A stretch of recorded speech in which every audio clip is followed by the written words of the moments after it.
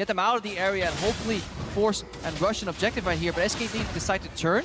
Oh, Peanut jumps in! He's in a pretty dangerous spot, stuns up in a bang, but now getting chased down by Bangy. This could be enough damage to trade one back, and they will find the Rox Tigers jungler. Now it's Duke running for a shockwave, not quite gonna land. They're missing plenty of CC, but it's still 2 kills picked up, and Duke is just too tanky.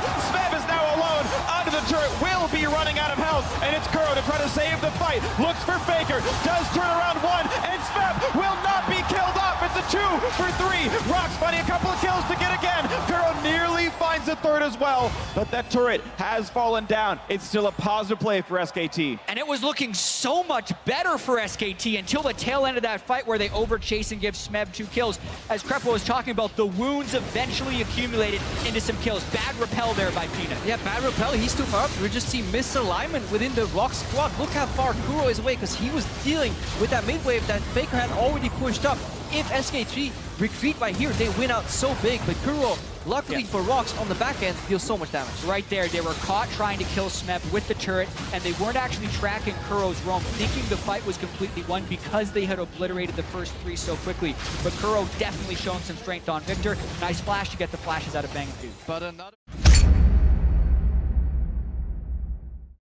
which means they can play safe and play aggressive. Ash arrow. Arrows land on the Wolf, and it's just going to be too much damage, too fast. Teleports be damned. Who cares? A 2-on-2 kill for the Rox bottom lane. How do you beat Zyra? Poke! You outrange it. Blast the Misfortune, make it rain, arrow in her face. She can't escape. There is nothing Wolf can do because the summoners got blown earlier in that double TP trade. And specifically, they held the lane on their side, so by the time they hit level 6, they would have access to SKT. Beautiful play by that Rox duo lane. CC was really left to be had, and everyone else able to disengage properly. But now the play towards topside, they do see Faker, and the Cocoon's not going to land though. So can they get anything else? The flash chase, it's Smeb onto his face, looking for a little bit more, and he's not going to go down. Faker, with just the ghost, gets away with it. He knew they were coming. The second Gorilla charged at him in an empty lane. He did a minor step upwards, forcing the Cocoon to ever so slightly miss. This leaves mid lane exposed, but pretty easy. Trying to go right now. And they're on top of the Scuttle Crab, so this information is known. SKT looking for the play, Faker coming back in, and the other 4 are here. Smeb is low, no ulti on him, no arrow just yet either. It's Blank, popping the ulti, 1,000 health on Baron. What's it gonna be? The shutdown of the Olaf, and it's secure for Peanut. The re-engage for Faker. He's gonna pick up 1. So far it's a 4 versus 4. Baron buff still on Rox. Prey dodging away from the CC, but he could get back. He could get shut down, but he trades it back, and Prey stays alive. Duke makes the big play, shuts down the AD carry, but he will get kicked down, and he will get picked off. 4 for 2, and the Baron secure for Rox. The instantaneous communication, realizing they could turn this fight. So many teams would have just left Prey to die, but they realized they can turn it around. And Rox Tigers knew they needed to go now. I love the focus when Blank tries to move in for the first steal. They all go to damage Blank before the Baron can be in smite range. And from there, Faker goes in. This is the moment you're talking about, Krepo, where they recognize they can turn it around. I mean, they could easily secure 3 buffs here. Prey flashes defensively, goes for stun, and turns like... This is so unexpected to get out of that fight. Winning shouldn't be possible. What a great call by the Rox Tigers. They knew they had... He has been pressuring on this Victor. He got a solo kill after Flash was burned. Right now, there's also TP advantage for Duke. Rumble caught Faker. Break secured, and wow, Faker just going to die at the outset. Only 1 knocker for the Strength of Thorns, and Prey with a nice flash gets away from the Echo. Duke is out of this one. Wolf also gonna burn down. It's Smeb just on a killing spree on this one. Blank gonna get chased down. A beautiful equalizer, synergizing with Peanut, and now Duke's got nowhere to go. He's alone and running out of health way too fast. There's another kill picked up, and it goes on to Prey. 9-2 Rox Tigers. What a fight for the Rox Tigers. And Smeb found the pocket of vision where SKT couldn't see them, and SKT walked right into it, which is incredibly rare from SKT, who is normally a very measured team. But Smeb getting to open with Flames. for what they pulled off here. They sub Bengi back into the series. They don't ban Nidalee. They have a strong, successful play. Gonna fake, but he's all right. The kills Crucible burned by Wolf. Here comes the re-engage. Peanut is low. Smeb's behind. They don't know he's there. Way too much damage. Looking for Faker, getting shot up and blown up. Now it's Smeb on the backside, but he can't find much to do. It's still Rox Tigers waiting to find what their opening could be. It's a 2-for-0. Make that 3-for-0 as the bombs blow up even more. And this could be the game-winning play right now. Kuro's got nothing left to do. Sure, he can pop the Guardian Angel, but what does it even matter? It's a 4-for-0. It's the ace. It's the game. And it's SK Telecom T1 bringing us to Game 5. What a series we have here. I can't wait for the 5th game. SKT fight their way back in elimination game. Bengi subs back in. He saves SKT. Now we're going to Game 5. Bring on the Silver Scrapes. Summoner's Rift himself, SKT Bengi, is undefeated in this series. And we now have the decider, the last game to play to determine which of these incredible teams deserves to represent in the final. But they're smiling. The Rox Tigers are still smiling, and it's... A 22-minute Baron. Lee Sin is alive, but no smite right now for Bengi, and it won't be up in time. But they don't know that's the case.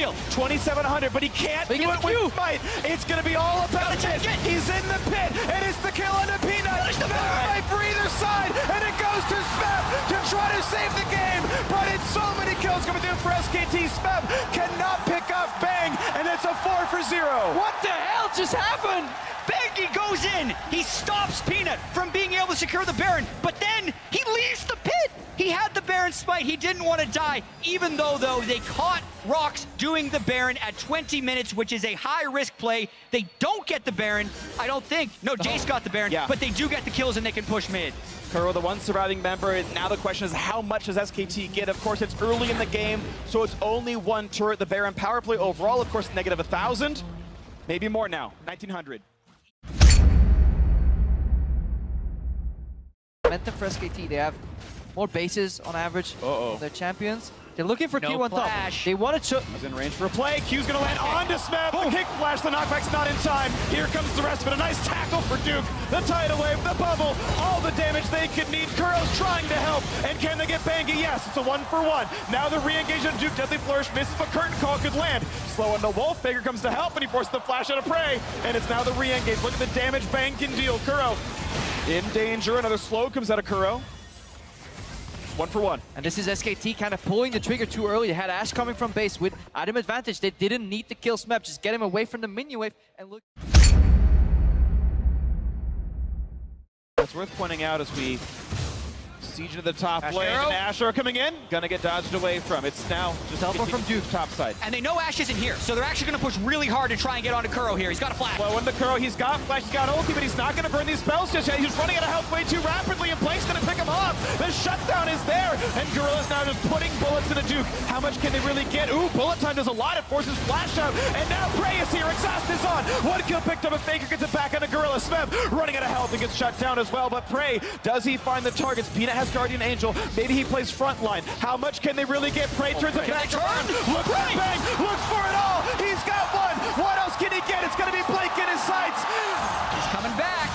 Baker's low. How much more can they get? The stun's coming in, and it's Duke with the big play. But the turnaround from Prey, turning it back in. The chase, the resonating strike, and the ace goes through for Peanut. These fights are out of control this game.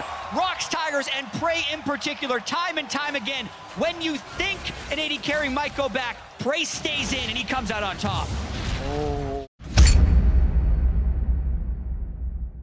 Position right now though, Prey and Gorilla are both shoving the top lane, so SKT know that Rox can't get the backup. This is going to be dangerous. Peanut's going to keep running. Wolf's going to look for the... Oh, not going to get the root, but the Strike of Thorns will land. The kickback doesn't mean much to Blank, and that should be a kill onto the Rox Tigers jungler. But he's just buying time. Yeah, pushing the bottom side. This is what SKT is trying to punish. They're going to get the inhibitor. Gorilla putting down 5 damage auto attacks, doing what he can to keep mid lane alive because top inhib has been killed, and they even got the pick off on Bang. Rox doesn't actually have to stop pushing right now. If they can delay the recalls, the arrows. Look at the arrow. He can teleport.